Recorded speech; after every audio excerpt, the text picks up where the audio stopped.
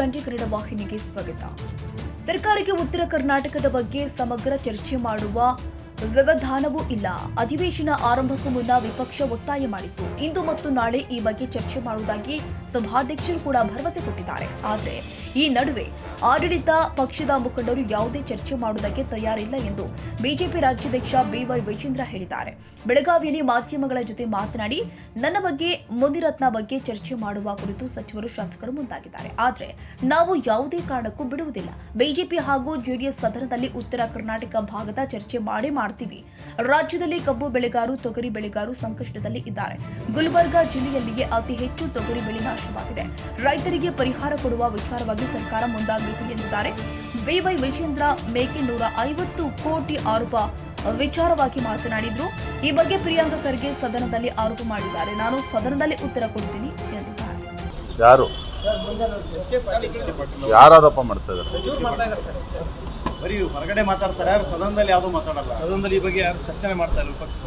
ಉತ್ತರ ಕರ್ನಾಟಕ ಬಗ್ಗೆ ಚರ್ಚೆನೇ ಆಗ್ತಾ ಇಲ್ಲ ಸದನದಲ್ಲಿ. ಈ ಸರ್ಕಾರಕ್ಕೆ ಉತ್ತರ ಕರ್ನಾಟಕದ ಅಭಿವೃದ್ಧಿಯ ಬಗ್ಗೆ ಚಿಂತನೆ ಆಗಲಿ, ಉತ್ತರ ಕರ್ನಾಟಕದ ಬಗ್ಗೆ ಸಮಗ್ರ ಚರ್ಚೆ ಮಾಡಬೇಕು ಅಂತಕ್ಕಂಥ ವ್ಯವಧಾನನೂ ಕೂಡ ಇಲ್ಲ ಇವರಿಗೆ. ಅಧಿವೇಶನ ಶುರುವಾಗುವ ಮುಂಚಿತವಾಗಿಯೇ ಭಾರತೀಯ ಜನತಾ ಪಾರ್ಟಿ ನಮ್ಮ ವಿರೋಧ ಪಕ್ಷ ನಾಯಕರು ಒತ್ತಾಯವನ್ನು ಮಾಡಿದ್ದಾರೆ.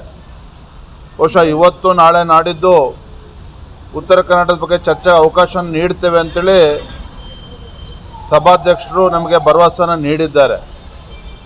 ಆದರೆ ಇದರ ನಡುವೆ ಆಡಳಿತ ಪಕ್ಷದ ಶಾಸಕರು, ಸಚಿವರು, ಮುಖ್ಯಮಂತ್ರಿಗಳನ್ನು ಒಳಗೊಂಡಂತೆ ಯಾವುದೇ ವಿಚಾರವನ್ನು ಸಮಗ್ರವಾಗಿ ಚರ್ಚೆ ಮಾಡೋದಕ್ಕೆ ತಯಾರಿಲ್ಲ. ನನ್ನ ಮೇಲೆ ಆರೋಪಗಳನ್ನು ಮಾಡ್ತಕ್ಕಂಥದ್ದು, ಮುನಿರತ್ನ ಬಗ್ಗೆ ಚರ್ಚೆ ಆಗಬೇಕು ಅಂತೇಳಿ ಈ ರೀತಿ ಬೇರೆ ಬೇರೆ ವಿಚಾರಗಳನ್ನು ಸದನದಲ್ಲಿ ಪ್ರಸ್ತಾಪ ಮಾಡ್ತಕ್ಕಂಥ ಪ್ರಯತ್ನವನ್ನು ಕೂಡ ಮಾಡ್ತಾ ಇದ್ದಾರೆ. ಆದರೆ ನಾವು ಯಾವುದೇ ಕಾರಣಕ್ಕೂ ಬಿಡೋದಿಲ್ಲ. ಭಾರತೀಯ ಜನತಾ ಪಾರ್ಟಿ ಹಾಗೂ JDS ಇವತ್ತಿನಿಂದ ಉತ್ತರ ಕರ್ನಾಟಕದ ಬಗ್ಗೆ ಸಮಗ್ರವಾಗಿ ಚರ್ಚೆ ಮಾಡಬೇಕು ಅಂತ ಹೇಳಿ ಒತ್ತಾಯವನ್ನು ಕೂಡ ಮಾಡಿದ್ದೆ. ಇವತ್ತಿಂದ ಕೈಗೆತ್ತಿಕೊಳ್ತೇವೆ. ಸರ್, ಕಳೆದ ವರ್ಷ ಕೊಟ್ಟಂತ ಪರಿಸ್ಥಿತಿ ಇನ್ನೂವರೆಗೆ ಪೂರಿ ಮಾಡಿದೆ ಸರ್. ಚರ್ಚೆನೂ ಇಲ್ಲ.